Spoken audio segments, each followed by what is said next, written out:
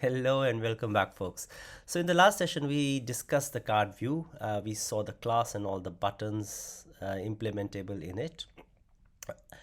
We could only do two things, either open a quick view or redirect the person to another website or some link. But let's say the whole point, the V developer love a button is because we can tap onto it and then do whatever we want. So it's me who decides what needs to be done with that button and not any of the framework. So we will have a look at that problem in this session on specifically how to target, get the data from that button click, all the parameters, and how we can update some backend systems. Use case could be anything. For example, let's say it's a training and you would like to have a button on it which say read and understood, so that the idea is somebody can click on that button and we update our training databases at the back that the person has done the training, for example, right? So let's see how to do that. It's the same project which we finished off in the last video. If you have not followed the series, I would request you to please do the same. I'll put the link in the description, then it will be easy to figure out what we are trying to do in the project. Nevertheless, the only thing I did did a bit of change from the previous project is to remove the random card selection thingy which we were playing around. So if you find this code from GitHub and you see the cards are switching randomly, it's because of this. So feel free to comment this part out. I don't know at what stage I will commit it to GitHub, but fair enough. So I gulp builded it, I gulp serve it and everything else. Let's do the E properly. Now if I look at it gets rendered to this thing right now. I have an initial view, I have a quick view and a Google. Quick view opens this view. Google redirects me to Google. Nothing fancy about it. Now what I would like to do over here is to say, okay, I don't really care about Google, everybody knows how to do it. I would like to, when a person clicks on Google, first of thing, I would like to type that, as a developer, I would like to cache that event and write my custom logic in it. So how to go about that? Turns out it's fairly simple.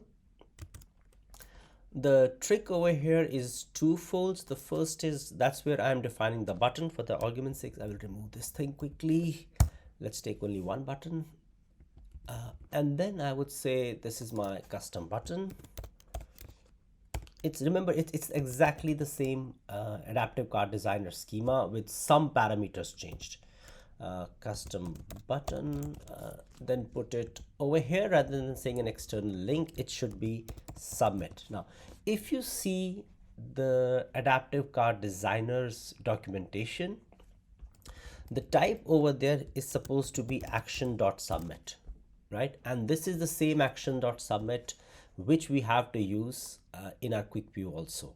But somehow within the card view, they have changed it not to action.submit, but to submit. Again, I'm not sure. I think it's a previous implementation or something like that, but this would be my suggestion to the team to sync the deltas which adaptive card extensions has with adaptive card designer as a project, right? So long story short, if you are in the card view, mention submit, and if you are in the quick view, which is the another class, this one, then mention action.submit. That's the whole thing, and we will cover that part also, of course, later on. Once this is done, I need to change the parameters because target is not provided over there.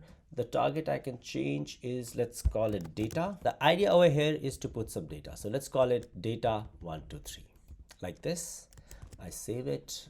Okay, and now let's come over here and say public on action. So that's a function which is inherited from base card view.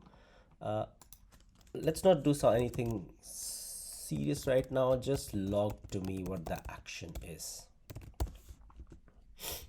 right? Control S, voila, this is submit. Let's see if this plumbing worked.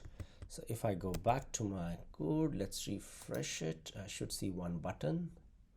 Yes, control inspect, preview, and if I say this, control X, custom button, you see it goes over here. I get the it's getting fired from console.log, and then I have the ID. I have some random ID generated. I have the data, which is data 123, and ID is AC button 0 type submit. Now, ID is pretty important over here. Why?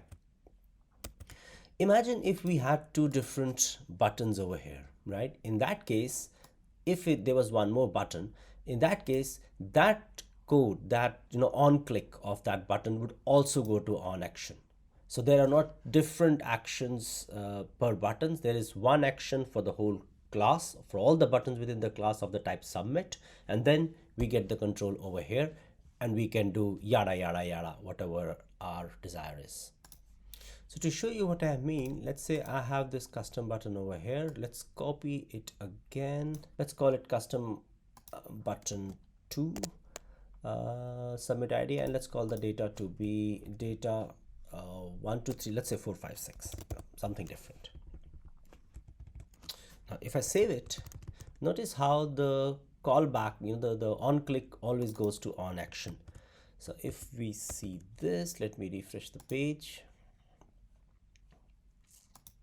I have two buttons.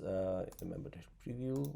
That is 1, that is 2, right? So in this case, what really matters for us is that somehow we should be able to differentiate what the action is, right? Or what the ID of that button is, so that we can figure out what logic to put into based upon what the button click was, right?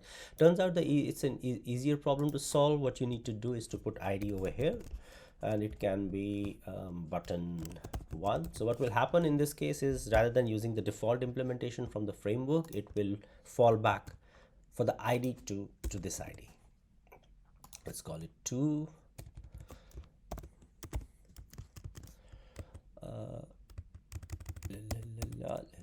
Let's do this.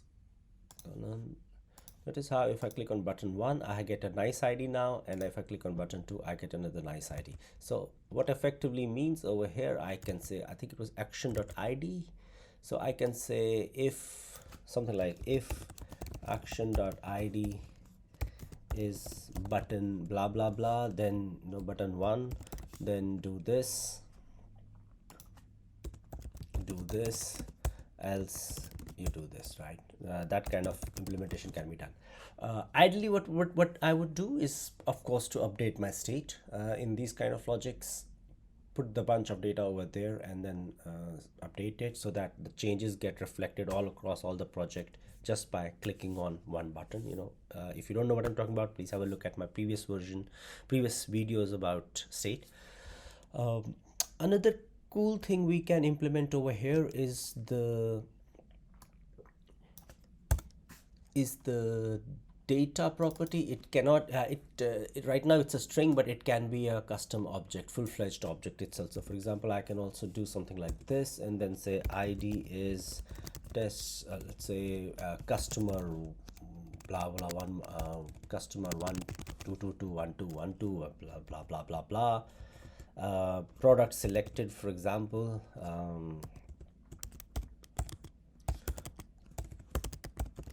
could be ID XXX1233. That could be the ID of it. Now if I save it, I go back, refresh the page. So if I refresh the page now